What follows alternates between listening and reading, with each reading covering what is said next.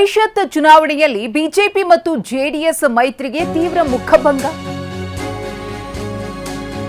ಪರಿಷತ್ ಚುನಾವಣೆಯಲ್ಲಿ ಜೆಡಿಎಸ್ನ 4 ರಿಂದ 5 ಶಾಸಕರು ಅಡ್ಡ ಮತದಾನ ಮಾಡಿದ್ರ. ಶಾಸಕರ ತುರ್ತು ಸಭೆಯನ್ನ ಕರೆದ ಕೇಂದ್ರ ಸಚಿವ ಎಚ್.ಡಿ. ಕುಮಾರಸ್ವಾಮಿಯವರ ನಿವಾಸದಲ್ಲಿ ಇವತ್ತು ಮಧ್ಯಾಹ್ನ ಆತ್ಮಾವಲೋಕನ ಸಭೆ ನಡೆಯುತ್ತೆ. ಎಲ್ಲಾ ಶಾಸಕರು ಖುದ್ದು ಸಭೆಗೆ ಬರಬೇಕು ಅಂತ ಎಚ್.ಡಿ.ಕೆ ಅವರು ಸೂಚನೆಯನ್ನ ಕೊಟ್ಟಿದ್ದಾರೆ. ಶಾಸಕರ ನಡೆಯ ಬಗ್ಗೆ ತೀವ್ರ ಅಸಮಾಧಾನವನ್ನು ವ್ಯಕ್ತಪಡಿಸಿದ್ದಾರೆ ಕುಮಾರಸ್ವಾಮಿ ಅವರು. ಒಂದೆರಡು ಶಾಸಕರಿಂದ ಅಡ್ಡ ಮತದಾನದ ನಿರೀಕ್ಷೆಯಲ್ಲಿದ್ದಂತಹ ಜೆಡಿಎಸ್ಗೆ 4-5 ಮಂದಿ ಶಾಸಕರು ಅಡ್ಡ ಮತದಾನ ಮಾಡಿದ್ದಾರೆ ಅಂದರೆ ನಿಜಕ್ಕೂ ಕೂಡ ಅದನ್ನ ತೆಗೆದುಕೊಳ್ಳೋದಕ್ಕೆ ಸಾಧ್ಯ ಆಗ್ತಾ ಇಲ್ಲ. ಯಾರಿರಬಹುದು ಅನ್ನೋದರ ಕುರಿತು ಕುಮಾರಸ್ವಾಮಿಯವರು ಇದೀಗ ಆತ್ಮಾವಲೋಕನವನ್ನು ನಡೆಸಲಿದ್ದಾರೆ. ನಿರೀಕ್ಷೆಗೂ ಮೀರಿ ಅಡ್ಡ ಮತದಾನದ ಹಿನ್ನೆಲೆಯಲ್ಲಿ ಜೆಡಿಎಸ್ ಶಾಕ್ನಲ್ಲಿದೆ. ಈ ಕುರಿತು ಮತ್ತಷ್ಟು ಮಾಹಿತಿಯನ್ನ ಕೊಡೋದಕ್ಕೆ ನಮ್ಮ ಪ್ರತಿನಿಧಿ ಸುನಿಲ್ ಇದೀಗ ನೇರ ಸಂಪರ್ಕದಲ್ಲಿದ್ದಾರೆ. ಸುನಿಲ್, ನಿರೀಕ್ಷೆ ಮಾಡದ ರೀತಿಯಲ್ಲಿ ಜೆಡಿಎಸ್ಗೆ ತೀವ್ರ ಮುಖಭಂಗ ಆಗಿದೆ. 4 ರಿಂದ 5 ಶಾಸಕರು ಅಡ್ಡ ಮತದಾನ ಮಾಡಿದ್ದಾರೆ ಅಂದ್ರೆ ಅದು ಸಣ್ಣ ಪುಟ್ಟ ವಿಚಾರವೇ ಅಲ್ಲ. ಅದನ್ನ ಸಣ್ಣದಾಗಿ ಪರಿಗಣಿಸೋದಕ್ಕೂ ಕೂಡ ಸಾಧ್ಯವಿಲ್ಲ. ಹಾಗಾಗಿ ಇವತ್ತಿನ ಸಭೆ ಮಹತ್ವವನ್ನ ಪಡೆದುಕೊಳ್ಳುತ್ತೆ. ಕುಮಾರಸ್ವಾಮಿ ಅವರ ನೇತೃತ್ವದಲ್ಲಿ ನಡೆಯುತ್ತೆ. ಎಷ್ಟು ಗಂಟೆಗೆ ಸಭೆ ಕರೆದಿದ್ದಾರೆ ಅಂತ?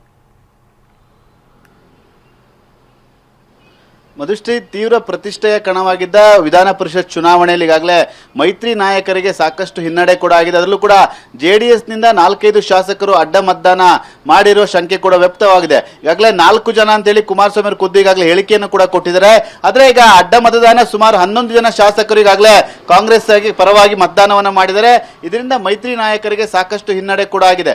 ಈ ಒಂದು ಹಿನ್ನೆಲೆಯಲ್ಲಿ ಕುಮಾರಸ್ವಾಮಿ ಅವರು ಶಾಸಕರ ತುರ್ತು ಸಭೆಯನ್ನು ಕೂಡ ಕರೆದಿದ್ದಾರೆ. ಅದರಲ್ಲಿ ಪ್ರಮುಖವಾಗಿ ಆತ್ಮಾವಲೋಕನ ಸಭೆ ಅಂತ ಹೇಳಲಾಗ್ತಿದೆ. ಯಾಕೆಂದ್ರೆ ಈಗಾಗಲೇ ಆಗಿರುವಂತಹ ಒಂದಷ್ಟು ಡ್ಯಾಮೇಜ್ ಕಂಟ್ರೋಲ್ಗೆ ಪ್ರಯತ್ನವನ್ನು ಕೂಡ ಮಾಡ್ತಾರೆ. ಅದೇ ರೀತಿಯಾಗಿ ಶಾಸಕರ ಮೇಲೆ ಒಂದಷ್ಟು ಅನುಮಾನಗಳು ಕೂಡ ಹಿಂದೆ ವ್ಯಕ್ತವಾಗಿತ್ತು. ಒಂದಷ್ಟು ಜನ ಶಾಸಕರು ಅಡ್ಡ ಮತದಾನ ಮಾಡ್ತಾರೆ ಅಂತ ಹೇಳಿ. ಆದ್ರೆ ಆ ಒಂದು ನಿರೀಕ್ಷೆಗಿಂತ ಹೆಚ್ಚು ಅಡ್ಡ ಮತದಾನ ಆಗಿದೆ. ಎಲ್ಲ ಒಂದೆರಡು ಶಾಸಕರು ಈಗಾಗಲೇ ಪಕ್ಷದಿಂದ ದೂರ ಉಳ್ಕೊಂಡಿರೋರು ಅದು ಅಡ್ಡ ಮತದಾನ ಮಾಡಿರ್ತಾರೆ ಅನ್ನೋ ಲೆಕ್ಕಾಚಾರದಲ್ಲಿದ್ದಂತ ಕುಮಾರಸ್ವಾಮಿ ಅವರಿಗೆ 4-5 ಜನ ಶಾಸಕರು ಅಡ್ಡ ಮತದಾನ ಮಾಡಿರೋದು ಸಾಕಷ್ಟು ಒಂದು ರೀತಿ ಆತಂಕಕ್ಕೆ ಕೂಡ ಮನೆ ಮಾಡಿರುತ್ತೆ. ಈ ರೀತಿ ಆದ್ರೆ ಮುಂಬರುವ ದಿನಗಳಲ್ಲಿ ಯಾವ ರೀತಿಯಾಗಿ ನಾವು ಪಕ್ಷ ಸಂಘಟನೆ ಮಾಡಬೇಕಾಗುತ್ತೆ? ಯಾಕೆಂದ್ರೆ ಇರುವಂತ 18 ಜನ ಶಾಸಕರಲ್ಲೇ 4 ಜನ ಅಡ್ಡ ಮತದಾನ ಮಾಡಿದ್ರೆ ಮುಂಬರುವಂತ ಪ್ರಾದೇಶಿಕ ಪಕ್ಷವನ್ನು ರನ್ ಮಾಡಲಿಕ್ಕೆ ಕಷ್ಟವಾಗುತ್ತೆ ಅನ್ನೋ ಲೆಕ್ಕಾಚಾರದಲ್ಲಿ ಕುಮಾರಸ್ವಾಮಿ ಅವರು ಕೂಡ ಇದ್ದಾರೆ. ಈ ಒಂದು ನಿಟ್ಟಿನಲ್ಲಿ ತುರ್ತು ಶಾಸಕರ ಸಭೆಯನ್ನ ಕೂಡ ಕರೆದು ಆತ್ಮಾವಲೋಕನ ಮಾಡಿಕೊಳ್ಳಲಿಕ್ಕೆ ಮುಂದಾಗಿದೆ. ಆದ್ರೆ ಈಗಾಗಲೇ ಆಗಿರುವಂತಹ ಡ್ಯಾಮೇಜ್ ಸಾಕಷ್ಟು ಡ್ಯಾಮೇಜ್ ಕೂಡ ಆಗಿದೆ. ಒಂದು ರೀತಿ ಮುಖಭಂಗ ಕೂಡ ಆಗಿದೆ, ಹಿನ್ನಡೆ ಕೂಡ ಆಗಿದೆ. ಈ ಒಂದು ಹಿನ್ನೆಲೆಯಲ್ಲಿ ಶಾಸಕರ ಮೇಲೆ ಸಾಕಷ್ಟು ಬೇಸರವನ್ನು ಕೂಡ ಕುಮಾರಸ್ವಾಮಿ ಅವರು ವ್ಯಕ್ತಪಡಿಸಿರುವಂತ ಅತಿಯಾದ ನಂಬಿಕೆ ನಮಗೆ ಆಘಾತವನ್ನ ಉಂಟು ಮಾಡಿದೆ. ನಾವು ಯಾರನ್ನ ನಂಬಿದೀವಿ ಅವರೇ ನಮಗೆ ಬೆನ್ನಿಗೆ ಚೂರಿ ಹಾಕಿದ್ದಾರೆ ಅನ್ನೋ ರೀತಿಯಲ್ಲಿ ಒಂದು ಹೇಳಿಕೆಯನ್ನು ಕೂಡ ಕೊಟ್ಟಿದ್ದಾರೆ. ಹಾಗಾಗಿ ಇಂದು ಮಧ್ಯಾಹ್ನ ಶಾಸಕರ ಜೊತೆ ಸಮಾಲೋಚನೆಯನ್ನು ಕೂಡ ಮಾಡ್ತಾರೆ. ಈಗಾಗಲೇ 4 ಜನ ಅಧಿಕೃತವಾಗಿ ಅಡ್ಡ ಮತದಾನ ಮಾಡಿರುವುದು ಸ್ಪಷ್ಟವಾಗಿದೆ.